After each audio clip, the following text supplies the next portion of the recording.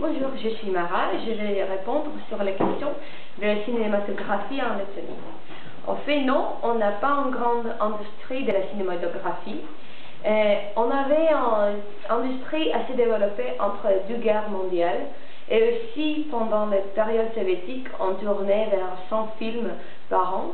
Mais maintenant, le nombre est vraiment diminué et on tourne vers 40 films par an, les 3 sont des films de long métrage.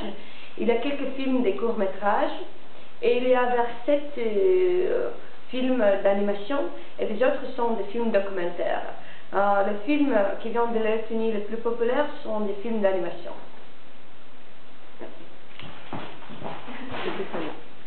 Bonjour, je m'appelle Eva et qui concerne les habits traditionnels, on a les habits traditionnels, mais au quotidien, on s'habille comme partout en Europe. On met l'habit traditionnel aux événements spéciaux, par exemple dans les fêtes nationales, et ces habits diffèrent entre les régions de la Lettonie. Chaque région a un habit spécifique pour les jeunes filles, les femmes mariées et les hommes. Normalement, l'habit de la femme se compose d'une jupe, de dessous épais, qui est dans les couleurs de la région, d'une chemise de lin, d'un gilet, d'une couronne pour les jeunes filles et d'une coiffe pour les femmes mariées. Pour les hommes, c'est un costume de lin et un type de collier. Mais on a 50 habits différents, donc c'est un peu difficile d'illustrer les tout. J'ai une autre réponse sur la question pourquoi Riga a été appelée Paris du Nord. C'est parce qu'à Riga, il y a l'architecture de Art Nouveau très remarquable, qui ressemble à Paris. Et comme Paris, Riga est divisée en deux parties par la fleuve qui traverse la ville. Et aussi, Riga a présenté la culture de la Lettonie, car c'était concentré là.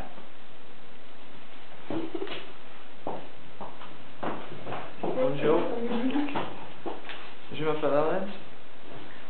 Ce qui concerne le sport en Lettonie, en général, les sports d'hiver sont très populaires, mais nous sommes particulièrement passionnés par le hockey sur glace. C'est le sport qui attire le plus grand nombre de spectateurs. Notre équipe masculine a participé 3 fois dans les Jeux olympiques d'hiver. Parmi les autres sports, le football est aussi très populaire pendant l'été. Bonjour, je m'appelle Carter et je vais vous répondre sur la question des loisirs. Donc, si je parle de moi, pour m'évader de ma vie quotidienne, j'écoute de la musique, je joue ma guitare et je chante et je regarde aussi des films.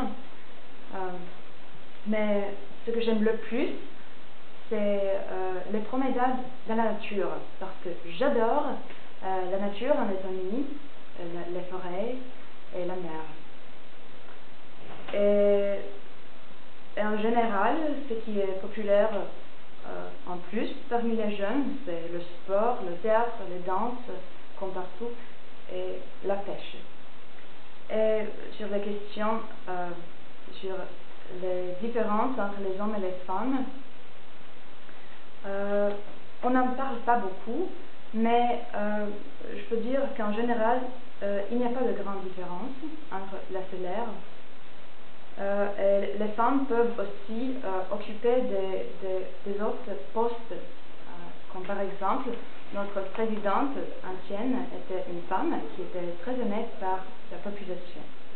Voilà. Merci.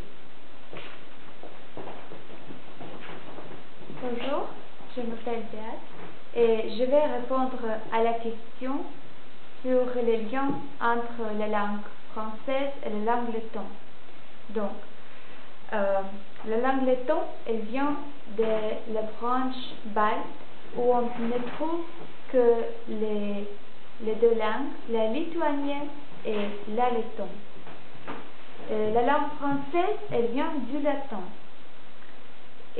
Mais l'unique liaison qu'on peut faire de cette langue avec la letton est présente dans la grammaire. De plus, en français, les mots sont écrits dans une manière et prononcés autrement. En letton, on parle et écrit de façon identique. C'est tout. Bonjour, je suis Silga et je vais parler des endroits et de plages que vous devez visiter si vous êtes en Lettonie. Donc la Lettonie est un petit pays, mais quand même il y a beaucoup de lieux qu'on peut visiter. Et c'est difficile de distinguer quelques-uns, mais je vais essayer. Premièrement, vous devez visiter notre jolie capitale, Riga, avec sa architecture formidable de l'époque d'Art Nouveau. Puis aussi il y a une ville que vous devez visiter si vous êtes en Lettonie en automne, ça s'appelle Sigulda. Et pourquoi en automne? Parce que en automne, toutes les feuilles d'arbres deviennent rouges, jaunes, et c'est un paysage formidable. Aussi, il y a une ville Peci avec son château médiéval. Puis encore une ville Liepaja avec sa plage magnifique, et on s'appelle cette ville la ville de vent. Et aussi une très jolie ville Kurbiga avec ses petites rues et la plus large chute d'eau en Europe qui s'appelle Ventre Tromba. Et en ce qui concerne les plages, il y en a plusieurs en Lettonie, mais les plus belles sont celles de Jurkale avec la falaise de sable, et de Tuija où il y a la plage de pierre. Et oui, et si vous voulez ressentir le vrai esprit de la Lettonie, c'est bien sûr que vous devez voyager et observer toutes les petites villes, et donc comme ça vous allez comprendre quelle est la Lettonie.